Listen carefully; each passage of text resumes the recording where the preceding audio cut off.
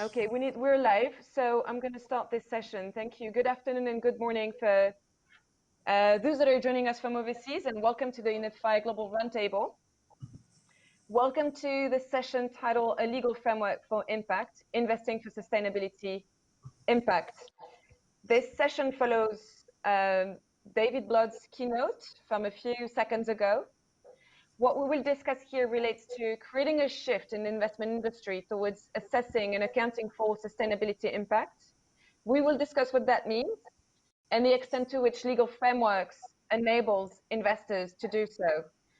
It is the subject of a forthcoming report from the law firm Freshfields, commissioned by PRI and us, UNEP.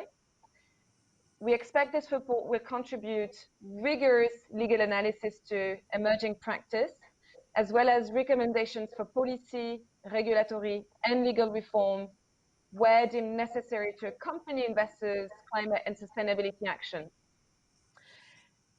To further discuss, I'm joined by our panel of experts, Margaret Warenfeld. Margaret is Managing Director at Themis Research, an independent research consultancy specializing in international law and policy in the areas of human rights, sustainable development, responsible business conduct. Margaret is also Senior Research Fellow at the Institute for Human Rights in Business. Thank you, Margaret. David Rauch, welcome, David, is partner at Freshfields Brockhaus Beringer and lead lawyer on the forthcoming report I just mentioned. He's also the author of the book, The Social License for Financial Markets, that was recently published in July, and that includes a foreword from Mark Carney. And also Tom Taylor is with us, who's a senior manager at the Aviva Investor Sustainable Finance Center for Excellence. His work focuses on market reform and sharing expertise and best practice on sustainable finance through the Aviva Investors ESG Academy. Before we start, and to the audience that is listening, please do use the chat function to ask questions. We will see your questions coming through, and I will come to your questions in a second phase. So to you first, David, with my first question goes to you. As lead lawyer on the upcoming research, can you tell us more about the work and what Freshfields is hoping to achieve with this report and this research? Thank you, Elodie. So the project is essentially about investment goals. So let me make 3 points about that. What questions are we asking? What is our aim in asking them? And what's the process? And we can come on a little bit to what we're finding out a bit later on.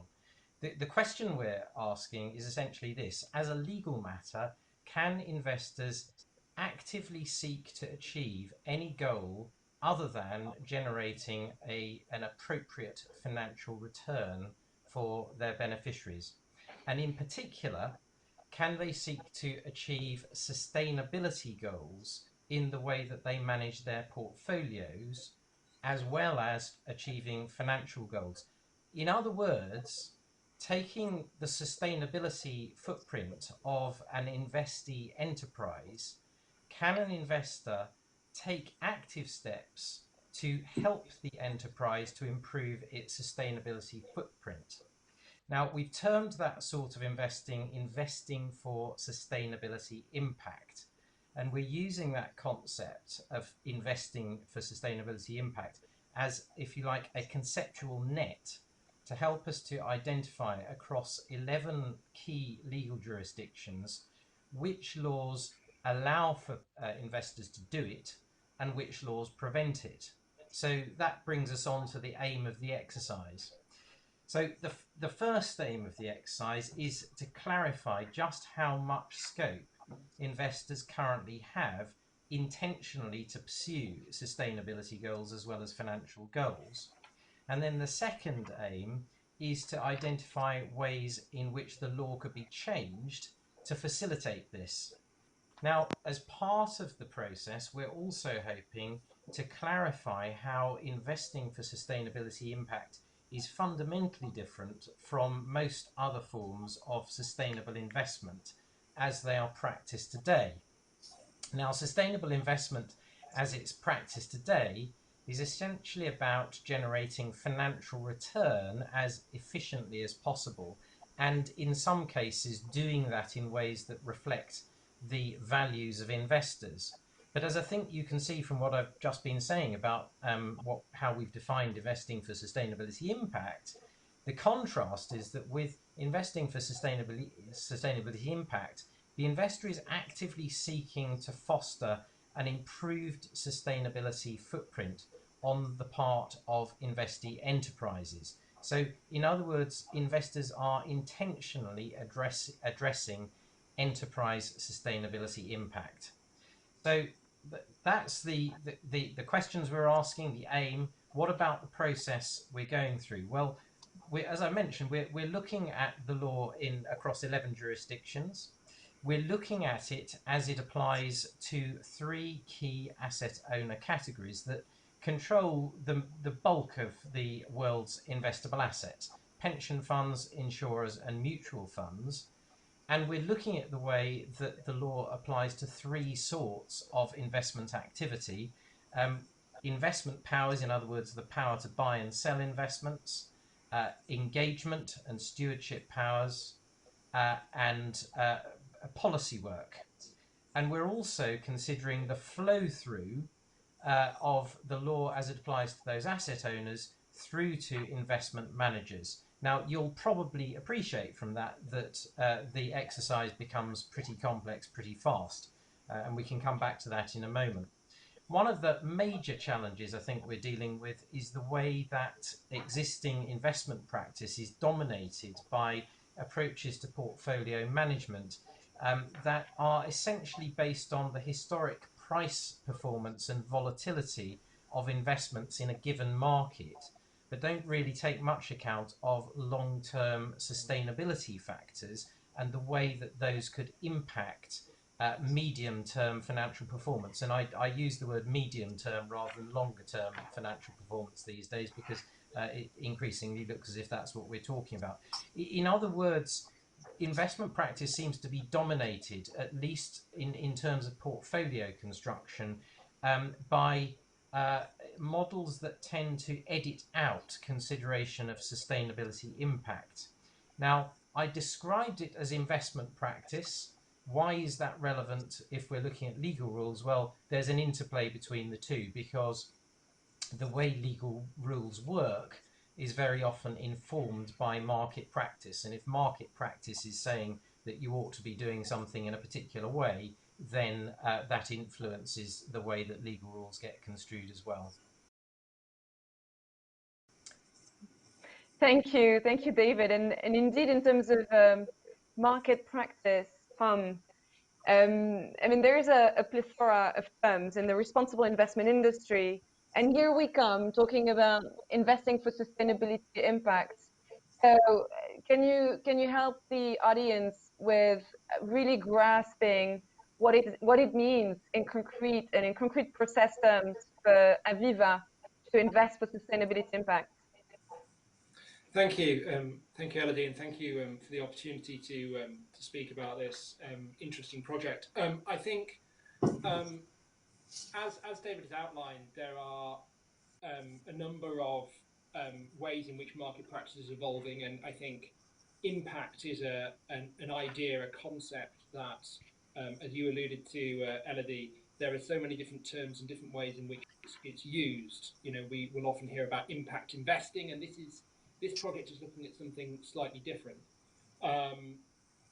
Developing particularly out of the action plan that the European Commission have got is the idea of not only looking at the consideration of the impact that sustainability factors might have on the performance of an asset or an investment, but also starting to think about the impact that the investment itself has upon sustainability factors, this idea of double materiality. And I think the first point is recognizing that all investment decisions have an impact of some sort. And recognizing that and building that into the way that either as an asset owner like Aviva, you give mandates to your investment manager, or as an investment manager like Aviva Investors, you carry out those mandates. I think it's also important to think about investment decisions in a broad sense, and David again has alluded to the way that the work of the project has constructed itself around this. So it's not just about buy, sell, and hold, but you also make investment decisions when you choose whether or not to engage with a company, and if you are going to engage, on which topics. Or are you going to use your vote, and if so, how, if you have a vote in relation to an asset when it comes to a general meeting or a shareholder resolution. And finally, as investors, we can and should, in our view at Aviva, integrate consideration of sustainability issues into our investment decisions, to use stewardship, but also sometimes we come up against issues which can't be solved solely by integration and stewardship, bigger issues, market failures in economic language, that actually require the intervention of policymakers and regulators. And actually, thinking about sometimes the biggest impact that an investor or an asset owner can have is to actually engage with policymakers and alert them to the fact that there are bigger issues that require intervention in a regulatory sense to solve them. And thinking about how actually the good functioning and the integrity of the market, which is generally understood more in sort of financial crime and financial fair play terms, can actually be enhanced by investors calling out where the market isn't working perhaps as it should. In terms of how this works with concrete examples, one really good one comes out of the Net Zero Asset Owners Alliance, which has obviously made announcements today about commitment to decarbonisation pathways. And I think the detail that's starting to come out of that alliance now is a good example of the way that sustainability impact can be invested for, in that it's about first recognising that there is an impact, thinking about how that impact can be changed, whether that's through allocation of capital or engagement with companies. And it's notable that the alliance is talking about working with initiatives like Climate Action 100+ in terms of engagement with the highest emitters, and setting clear and measurable targets for what the impact is and what the goal, in this case over the initial 5 years of the project, is going to be. And I think setting those targets and setting frameworks and being clear about what you're going to do, so that those who are engaging with your products, who are the pension holder, the beneficiary, or the holder of a mutual fund, they know what they're going to get. They know how you're going to use the money that you're entrusted. No, thank you. I think across the conference so far, we hear a lot of those initiatives, like the one you mentioned of the Asset Owner Alliance, that is setting targets towards net zero. We also heard of progress from the banks that have signed up to the Principles for Responsible Banking and that are committed to achieving a positive impact of measuring and disclosing on their actual impact on societies and the environment. And so really here the point, if I understand, is get our heads around the legal framework and what can enable investors and support investors to do more of that, setting targets for biodiversity, for water, for oceans, and I think it is absolutely needed that we frame this right, so as to frame also investor leadership. Margaret, to you. How do you view the role of the investment industry, generally speaking, in terms of driving positive impacts in the real world, and what do you hope this work can achieve? What are your expectations? Okay, thanks very much, Elodie, and thanks, Tom and David, for leading into that. I think, Elodie, since this is a report about the law, I'm going to start with the lawmakers on this issue. And I think I have 3 points for lawmakers and regulators in the financial sector: courage, clarity, and coherence. So one is, we're in the middle of an existential crisis. We don't have to go over that again. It's been repeated over and over again during the course of this discussion. And I think on the whole, from the civil society point of view, it looks like regulators are mostly missing in action. Now, there's some important exceptions, the EU being one, and there are a number of regulators, of course, who are participating here. But on the whole, I think it's quite regrettable that there hasn't been more action. And I think the report shows that to a certain extent, there hasn't been more action by regulators. So what is it that we are looking for? from regulators. We're looking for clarity on a number of points. I'm going to highlight three. There could be many more. One is just the basic point that the Davids have made and Tom has made and you've made, right? This is about mainstream investing. We're not talking just about impact investing in this report. And I think, David, you've made that very clear, but I think it needs to be clear to the audience as well. I think the other key point, which again, both everybody said in different ways, and Tom, you used the double materiality issue. I think clearly everybody's getting to grips with the issue of ESG impacts on financial returns. But what we're talking about is the other way around, right? The impacts of investment on climate, on biodiversity, on human rights impacts. And so it has to be clear in the regulatory framework that we've got both of those. And then I think the third issue I would raise on clarity. Have we lost Margaret, or am I? Negative or adverse impacts have got to be kind of the ground floor of addressing these issues.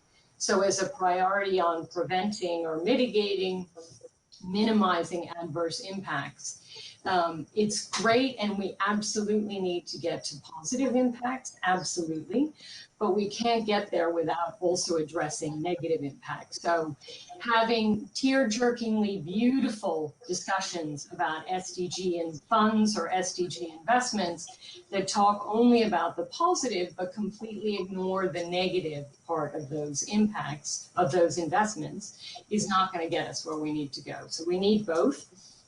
UNEP FI has been very clear on this in your initiatives, and I think the EU has been right in calling out the approach on adverse impacts. It's the hard stuff that people don't want to address, but also pointing the way on the taxonomy about where we want to go, but again, being clear that those shouldn't have significant harm.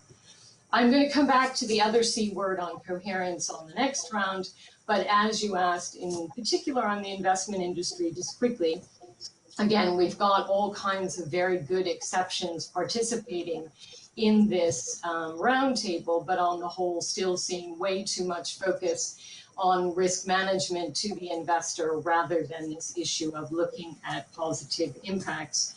We really need this issue to become investing for sustainability, core and systematic across all portfolios. So I guess my key message to investors would be get your head out of the sand. Okay. Thank you, Margaret. Thank you. And so back to the legal questions and how this is, and how the law may best enable investors to do that more systematically. Indeed, Margaret. David, looking at fiduciary responsibilities and based on the research you're doing, do you think that the current legal framing of fiduciary duties enable investors to invest sustainability impact? Okay, so for lawyers, this expression fiduciary duties has a very, very specific meaning. But essentially what I think we're talking about when we ask this question is what do investors' duties require, and do investors' duties allow them to invest for sustainability impact, or do they even require investing for sustainability impact? And as I explained earlier, the answer to that question is, it turns out, not too surprisingly, across the 11 jurisdictions is incredibly complex. Now, as a policy matter, as Margaret was touching on a little bit in what she said, there is clear momentum towards a more outcomes-based approach. You can see it, and the most obvious example is the EU taxonomy. But of course, our starting point is what the rules currently say, and the starting point for most investment law, and particularly the laws that relate to investors' duties, which are really the key ones here, is that it tends to focus on only one outcome, and it's not a sustainability outcome, it's financial return. Now, that isn't necessarily because investors aren't permitted to pursue other outcomes, but it's because of this assumption that has tended to be made that investment is all about making money. And so the law has just tended to be built up around that assumption and hasn't really addressed this wider question that we're now asking of it. And because of that, we are actually finding in some legal regimes that there is some scope for some forms of investing for sustainability impact. However, it's not everywhere, and the position is rarely clear cut. And of course, investors generally want legal certainty. So it's quite challenging, but that we are finding some examples of it. Now, I'd say possibly the key area that we're looking at in this respect, and we are following up on a number of areas, but perhaps the key area that we're looking at is investor duties as they apply in relation to beneficiaries who have got a long-term interest or a medium-term interest in the performance of an investment portfolio. So these are beneficiaries who are most exposed to the risk of poor investment return if sustainability challenges start to crystallize. And the question here is that even if you treat investor duties as being about financial return, how does that interplay with the needs of those beneficiaries? Does that drive you to conclude that actually investors need to be tackling sustainability challenges if those challenges are going to damage the interests of their beneficiaries?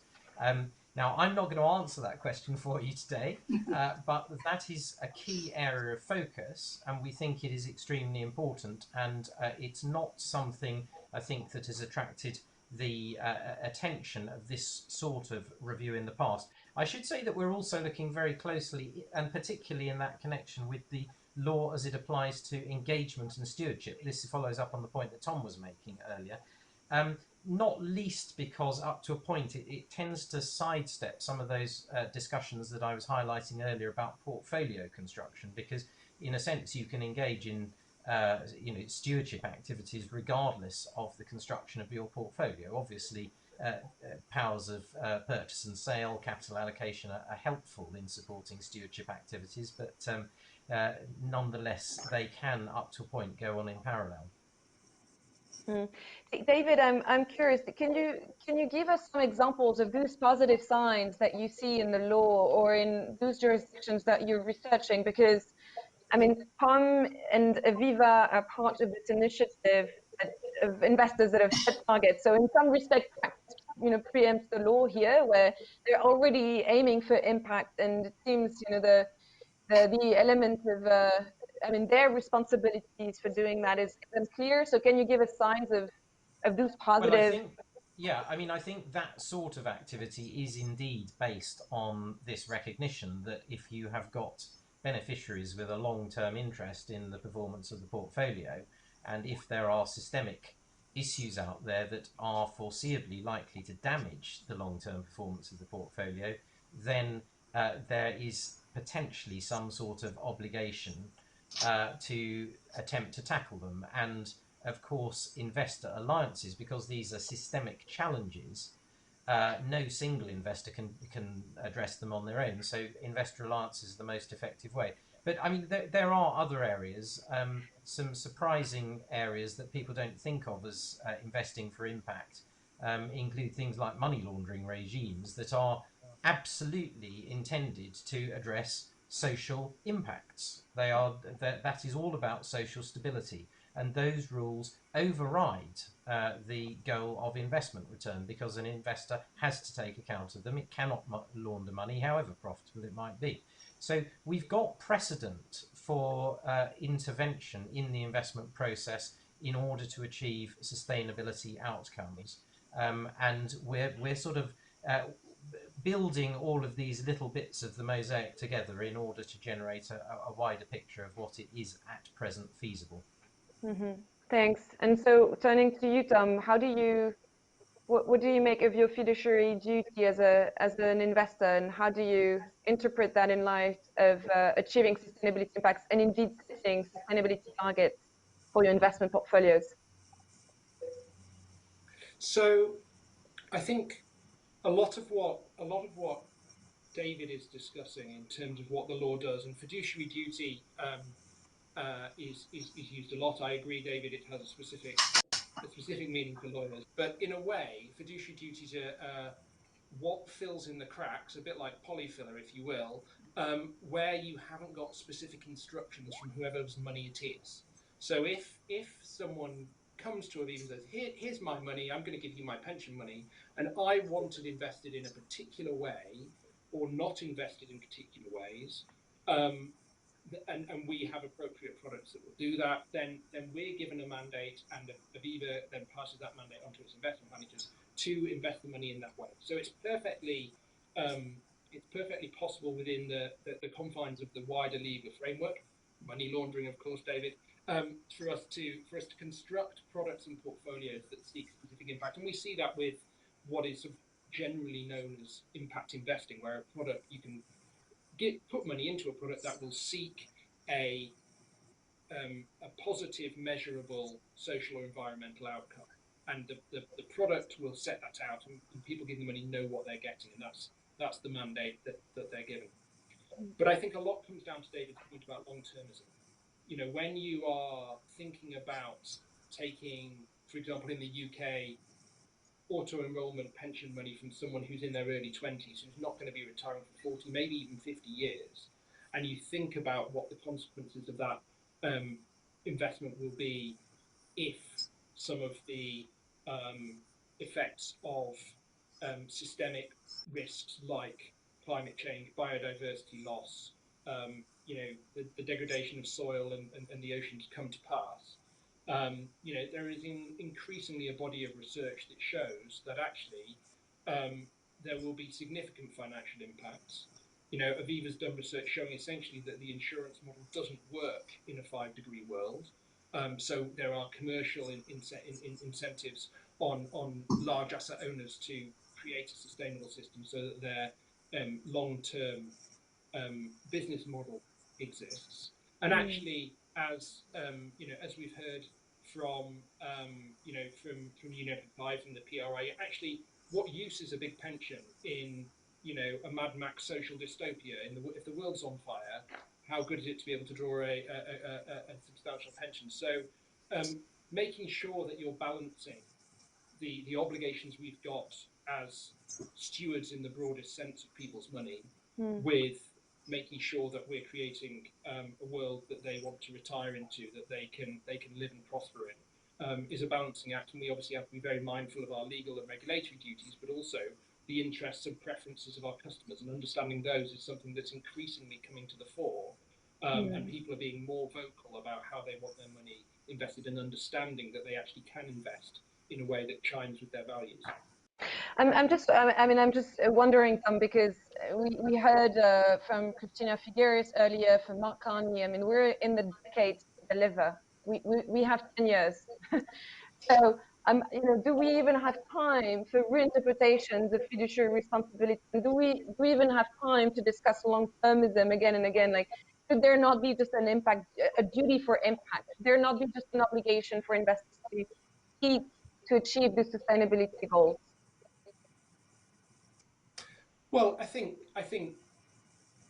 if you consider that each of the sustainability goals in essence represents a failure of capitalism to allocate money in a way that both respects the planetary boundaries and equally the social needs of the entire population in its broadest sense, whether that's animals, plants, or people of the planet, then absolutely there is both a moral and, you know, exploring the boundaries of what the legal and regulatory duties to do that are. And yes, we are running out of time, but this is why it's imperative that those bodies of capital, those controllers of capital, the pension funds, the asset owners, are thinking about what their duties are and understanding that people want their money invested in a way that does not damage the planet and society.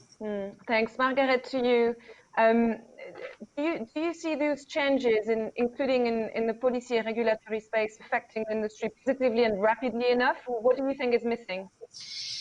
Might be missing. Yeah. So I come back to that issue on clarity, and indeed, David talked about the assumptions that are underpinning a number of these issues. Tom talked about what can be done. I think what I would like to see, and what many would like to see is not just that it can be done or that we make assumptions that it can't, but that there's clarity. I come back again to that issue about the clarity of requiring all investors to address that issue. And I think what the report has highlighted as well is that there's the fiduciary duty issue that absolutely needs to be clarified, but that in order to turn this super tanker, there's a number of other issues that the report has looked into, right? And so we need coherence. So coming back to my other C word, coherence across financial regulators and down the financial value chain, because doing these kind of piecemeal attempts risks, one is it's not comprehensive enough, it's not coherent enough, and it's not quick enough in terms, we need regulators to have a harmonized framework for investing for sustainable impact and to get that into the regulatory framework. So you've got duties, the right process that then gets to meaningful investment and then meaningful disclosure, right? So you've got that chain through there. I just very quickly want to highlight, though, another coherence, another C word, which is then linking up the E, the S, and the G, right? We've had a lot of focus on climate for very good reason, existential threat, but COVID, the racial justice dimensions, I think have finally awakened the sleeping S giant. So that's quite interesting to see, but I think what we're really starting to see is an emerging awareness about the power of the linkage between the E and the S and the G. Particularly, I was on a discussion last week with, talking about the power of linking environment and human rights issues. And what we'd really like to see is in regulators understanding that if they can leverage that synergy, it's not just 1 + 1 = 2, it's 1 + 1 = 3. And so how do you start to capture that approach? And I don't think it's a given. We're not going to have time, but something like a given that regulators are getting this, something like the IFRS new consultation is going in absolutely the wrong direction on this issue. That's not what we're going to get to on the discussion today, but there are indications that regulators just are not understanding that forward-looking, the linkages between the three and the need to address them coherently. Thank you, Margaret. David, I have a perfect question for you, and obviously tough one, from the chat. I'm just going to read it out. Per David's point, do we need a new vocabulary here? If investment alone tends to mean that there is a duty to seek financial return, while donations and grants imply charitable intent to have impact, but no financial return, do we need new words? So are we good with investing for sustainability impact here? Well, language is really important, and it's the way we navigate our way through reality. I mean, it's really, really fundamental. I think rather than a new language, I think we need to just explore what it is we mean when we use some of these terms. And I think investment has got a little bit lost people very often think of it as essentially speculation. You hear younger finance professionals talking in terms of making a play, gambling, taking a punt, so forth. Investing, I think we need to recognise, has got two purposes. It's got the purpose of generating a return for the investor, but also it is an allocation of capital to productive enterprise, and the investment is successful for both the enterprise and the investor when there is an appropriate allocation of capital to a successful enterprise.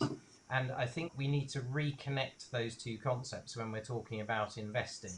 I think in legal language, yes, investor duties have got very associated with one end of that spectrum, investment return, and we have not focused nearly enough on the allocation of capital part of it. So I would say we need to explore the meaning of investing rather than perhaps coming up with an entirely new vocabulary. Thank you. Hopefully we don't have to do that to move forward. Yeah, I'm sure we don't.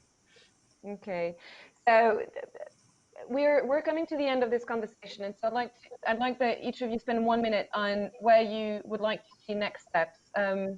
Margaret, in terms of the project, in terms of this report, but also where you'd like to see this shift in the investment industry moving towards impact, and how. Yeah, I mean, very quickly from the regulators, I think this report hopefully will be a call to action, that it should be a clear roadmap. It's an evidence base and a clear roadmap on what needs to be done. We absolutely need leadership from this sector on these issues to move forward very quickly. I think for industry, this is a slipstream. You can follow this report and figure out, you know, how you can act within the existing regulatory framework, even before we get to the changes that we need, and, you know, take it as a slipstream and go to move towards investing for sustainable impact. As we've said, it is possible within the existing regulatory framework, so now we need investors to act. Thank you, Tom. Next step.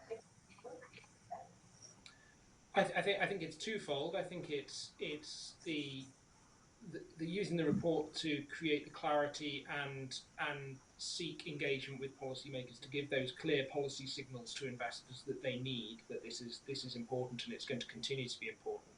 But also a recognition that's increasingly there that actually it's not a choice that you have to make between a positive sustainability impact or avoiding negative sustainability impact and financial return, and actually often the two can go hand in hand. And I think recognition of that will help with the first part in terms of getting the regulators on board in terms of clarifying this and giving the sustainable market infrastructure and rules that we need to go forward with confidence. Mm-hmm. Thanks.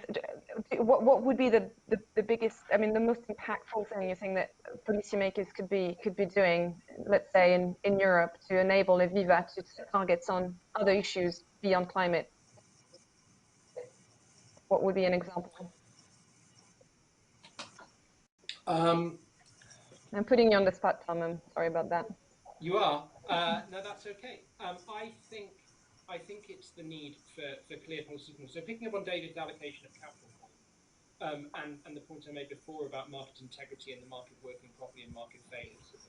If you've got companies that are reliant on subsidies to prop up a business model that actually is damaging the planet, there's something wrong with the way that you've got your allocation of capital set up. And so making clear, sustainable policy signals will actually get the capital moving in the way that sustainability requires anyway. So giving those clear and committed and consistent signals so investors can see where they should be directing their intellectual capacity, their research and their capital allocation, as well as their efforts in terms of stewardship and engagement with companies, is probably the single biggest thing that could be done. Excellent. Thank you very much, Tom. And David, can you help us navigate the next steps in terms of the report and the project? Yeah, well, the most important next step for me and the Freshfields team is obviously getting the report done. The next thing is that the report will have some policy ideas where we've identified roadblocks, and clearly that will be sort of the next phase.